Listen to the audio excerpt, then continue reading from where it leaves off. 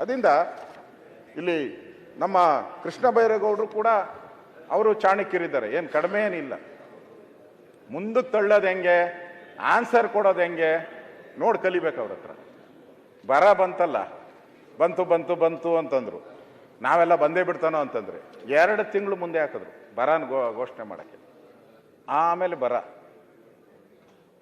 ಅಂದರೆ 2 ತಿಂಗಳು ಸೇವ್ ಮಾಡ್ಕೊಂಡ್ರು. ದುಡ್ಡು ಇರಲಿಲ್ಲಲ್ಲ, ದುಡ್ಡು ಸೇವ್ ಮಾಡೋ ಅಂಥದ್ದು ಇದು ಅಂದರೆ ನಾನು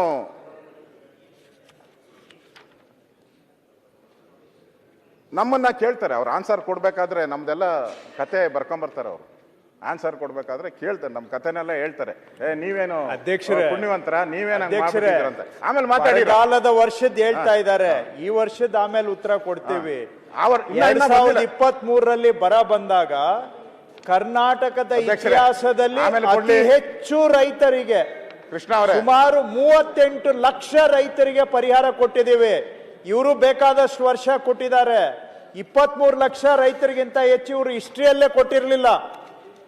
ಮೊದಲನೇ ವರ್ಷ ನಮ್ಮ ಸರ್ಕಾರ ಬಂದಾಗ, ಬರಗಾಲ ಬಂದಾಗ 38 ಲಕ್ಷ ರೈತರಿಗೆ ನಾವು ಪರಿಹಾರ ಕೊಟ್ಟಿದ್ದು ಹೈಯೆಸ್ಟ್ ಕರ್ನಾಟಕದ ಇತಿಹಾಸದಲ್ಲಿ.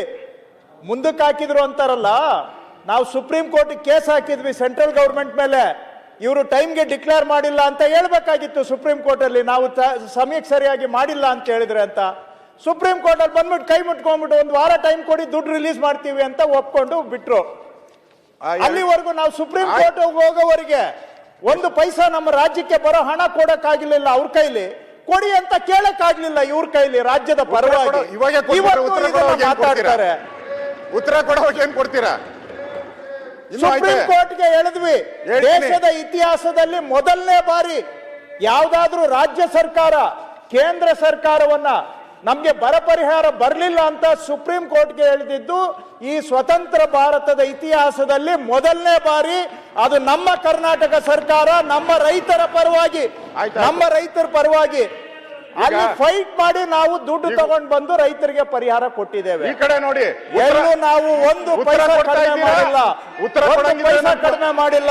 ಅಧ್ಯಕ್ಷರೇ, ಅವರು ಉತ್ತರ ಕೊಡಂಗಿದ್ರೆ ನಾನು ಕೂತ್ಕೊಂತೀನಿ. ನಾನು ಪ್ರತಿ ಮಾತಾಡ್ತೀನಲ್ಲ, ಉತ್ತರ ಕೊಟ್ಬಿಟ್ರೆ ಕೊನೆಯಲ್ಲಿ ಮುಖ್ಯಮಂತ್ರಿಗಳು ಕೊಡೋದೇನು ಇರಲ್ಲ. ನೀವು ಮಾತಾಡುವಾಗ ನಮ್ಮ ಸರ್ಕಾರ ತಪ್ಪು ಮಾಡಿತ್ತು ಅಂತ ಹೇಳ್ತೀರಲ್ಲ, ಹೇಳಿ. ಅವಾಗ ನಮ್ಮ ಸರ್ಕಾರ ಏನ್ ತಪ್ಪು ಮಾಡಿತ್ತು ಅಂತ ಹೇಳಿ, ನಾವು ಕೇಳಕ್ ಸಿದ್ಧ ಇದ್ದೀರಿ. ನಿಮ್ಮ ಸರ್ಕಾರ ಅಂದ್ರೆ ಇದು ಕರ್ನಾಟಕ ಮಾತಿನ ವಾರ ಆಗ್ತೈತೆ, ಡಿಬೇಟ್ ಸರಿ ಇರಲ್ಲ. ಇದು ಡಿಬೇಟ್ ಇರೋದು, ಡಿಬೇಟ್ ಆಮೇಲೆ ನಾ ಹೇಳಿದ್ಮೇಲೆ ಪೂರ್ತಿಯಾಗಿ ಕೇಳಿ. ಕೇಂದ್ರ ಸರ್ಕಾರ ಅಂತ ಹೇಳಿದೆ ನಾನು, ಅದರಿಂದ ಕೇಂದ್ರ ಸರ್ಕಾರ ಅಂತ ನಾನು ಹೇಳಿದ್ದು. ನಿಮ್ಮ ಸರ್ಕಾರನೇ ಇರಬಹುದು, ಅಥವಾ ಈಗ ಕೇಂದ್ರ ಸರ್ಕಾರದ್ದು ರಾಜ್ಯಕ್ಕೆ, ನಮ್ಮ ರಾಜ್ಯಕ್ಕೆ ಅನ್ಯಾಯ ಮನಮೋಹನ್ ಸಿಂಗ್ ಇದ್ದಾಗ ಹೇಗಿತ್ತು, ಯಾಕೆ ಸಿಟ್ಟು ಅಂತ. ಕೇಂದ್ರ ಸರ್ಕಾರ ನಮ್ಮ ಮನಮೋಹನ್ ಸಿಂಗ್ ಇದ್ದಾಗ ಏನ್ ಕೊಟ್ಟರು? ರಾಜ್ಯ ಸರ್ಕಾರ ದುಡ್ಡು ಇರಲಿಲ್ವಾ? ಹೇಳಿದ್ರು 2,000 ರೂಪಾಯಿ ಕೊಡ್ತೀನಿ ಅಂತ. ರೈತರಿಗೆ ಅನ್ಯಾಯ ಮಾಡ್ತಿದ್ದೀರಾ ಅಂತ ಹೇಳಿದ್ರೆ ಇಷ್ಟ ಆಗ್ಸಿಟ್ಟು, ರೈತರಿಗೆ ನೀವು ಅನ್ಯಾಯ ಮಾಡ್ತಾ ಇದೀರಂತೆ ಹೇಳ್ತಿದ್ದಾರೆ. ಅದನ್ನ ತಿಳ್ಕೊರಿ, ಸುಧಾರಿಸ್ಕೊರಿ. ವಾಸ್ತವಾಂಶ ಹೇಳಿದ್ರೆ ಸಿಟ್ಟು ಬರೋದಿಲ್ಲ, ಸುಳ್ಳು ಹೇಳಿದ್ರೆ ಪದೇ ಸುಳ್ಳು. ಅದೇ 40% ಸುಳ್ಳು ಹೇಳಿದ್ದು, ಅದೇ 40% ಸುಳ್ಳಲ್ಲ, 40% ಸುಳ್ಳು ಹೇಳಿದ್ದು. ಸರಿ ಇಲ್ಲ ಅಂತಾರೆ. ಮಹಾರಾಷ್ಟ್ರದಲ್ಲಿ ಲಾಡ್ಲಿ ಬೆನ್ ಸರಿ 40% ಸುಳ್ಳು ಹೇಳಿದ್ದು, ಈಗ 80% ಆಗಿದೆಲ್ಲ. ಯೋಜನೆ ಸರಿ ಇಲ್ಲ ಅಂತ ಯಾಕೆ ಹೇಳ್ತಾ ಇಲ್ಲ? ಬಿಹಾರ್ ನಲ್ಲಿ 10,000 ಕೊಟ್ಟಿರೋದು ಸರಿ ಇಲ್ಲ ಅಂತ ಯಾಕೆ 40% ಅಂತ ಸುಳ್ಳು ಹೇಳಿದ್ದಲ್ವ ಅದು? ದುಪ್ಪಟ್ಟು ಮಾಡ್ತೀನಿ, ಈಗ 80% ಆಗಿದೆ ಅಂತ ಹೇಳಿದ್ರಿ. ಈಗ 80% ಆಗಿದೆ. ಮಾರ್ಕ್ಸ್ ಕಾರ್ಡು 75% ರೈತರು ಇವತ್ತು 74,000 ಸಾಲ ಇದೆ. 16 ರಿಪೋರ್ಟ್ ಕಾರ್ಡು. ಸುಮ್ಮನೆ ಸುಳ್ಳು ಹೇಳಿದ್ರೆ ಸುಳ್ಳು ಅಧ್ಯಕ್ಷರೇ, ಅವ್ರ ಕಥೆ ಕೇಳಲಿಕ್ಕೆ ಬರಲ್ಲ. ಪ್ರತಿ ದಿನ 40% ಸುಳ್ಳು ಹೇಳಿದ್ರಲ್ಲ, ಕೋರ್ಟಲ್ಲಿ ಪ್ರೂವ್ ಮಾಡ್ಲಿಕ್ಕೆ ಆಯ್ತು ನಿಮ್ಗೆ. 80% ಅಲ್ಲ ಈಗ.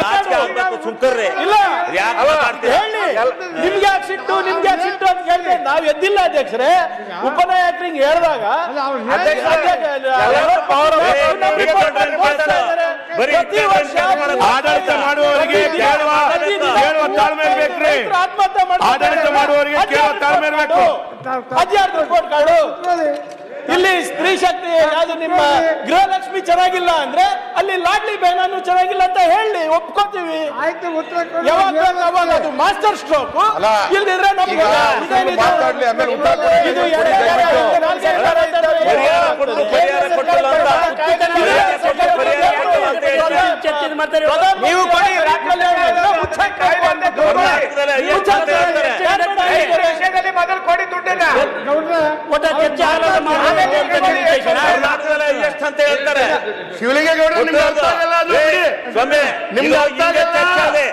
ಆ ಮರ್ತ್ಕ ನಿಮ್ಗೆ ಅರ್ಥ ಆಗಲ್ಲ. ಈಗಲೇ ಚರ್ಚೆ ಮಾಡೋಣ. ನೀವೇನ್ ನಿಮ್ಗೆ ಅದು ಅರ್ಥ ಆಗಲ್ಲ, ಕೂತ್ಕೊಳ್ಳಿ. ಇವತ್ತೇನಾರ ಕರ್ನಾಟಕ ಅನ್ಯಾಯ ಇದ್ರೆ ನಿಮ್ಗೆ ಅರ್ಥ ಆಗಲ್ಲ. ಕೇಂದ್ರ ಸರ್ಕಾರದ ಸಂಪೂರ್ಣ ನೀತಿ. ನಿಮ್ಗೆ ಅರ್ಥ ಆಗಲ್ಲ. ನೀವು ಮಂತ್ರಿ fix ಅರ್ಥ ಆಗಲ್ಲ. ಸಾಬೀತು ಮಾಡಿ.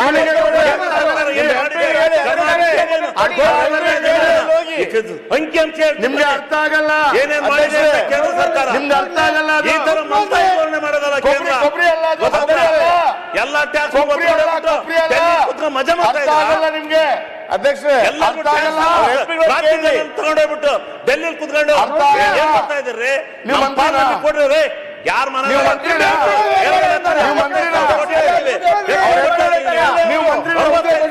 ಕೊಡ್ತಾ ಇದ್ರಿ ಬಲ್ರಿ ಚರ್ಚ್ಗೆ ಎಲ್ಲ ಟ್ಯಾಕ್ಸ್ ಬನ್ನಿ ಶಿವಲಿಂಗೇಗೌಡರು 50-50 sharing ಅಂತ ತಗೊಂಡೋದ್ರಿ. ಮೊದಲು ಮಾತಾಡೋದನ್ನ ಕೇಳಿ, ದಯವಿಟ್ಟು ತಾಳ್ಮೆಯಿಂದ.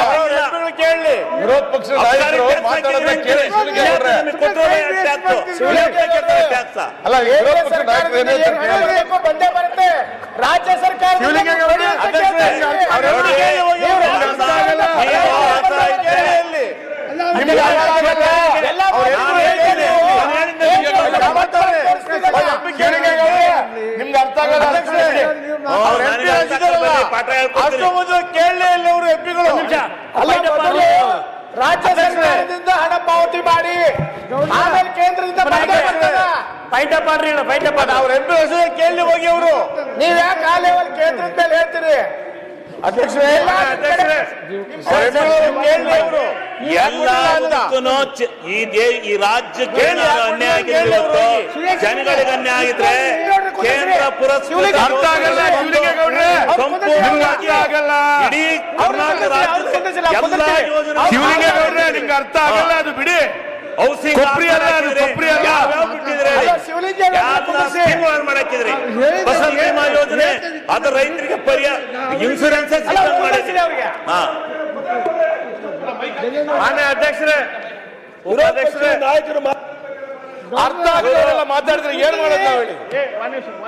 ಸುರೇಶ ಅಲ್ಲ, ನೀವು ಎಲ್ಲರೂ ಹೇಳ್ತಿರ್ತೀವಿ ಮತ್ತೆ ಉತ್ತರ ಹೆಂಗೆ ಗೌರವ. ನಾ ಯಾರಿಗೂ ಅವಕಾಶ ಕೊಟ್ಟಿಲ್ಲ.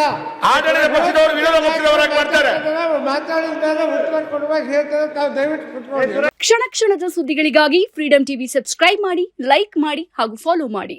ಹೊಸ ಸುದ್ದಿಗಳ ನೋಟಿಫಿಕೇಶನ್ಗಾಗಿ ಬೆಲ್ ಐಕಾನ್ ಮೇಲೆ ಕ್ಲಿಕ್ ಮಾಡಿ.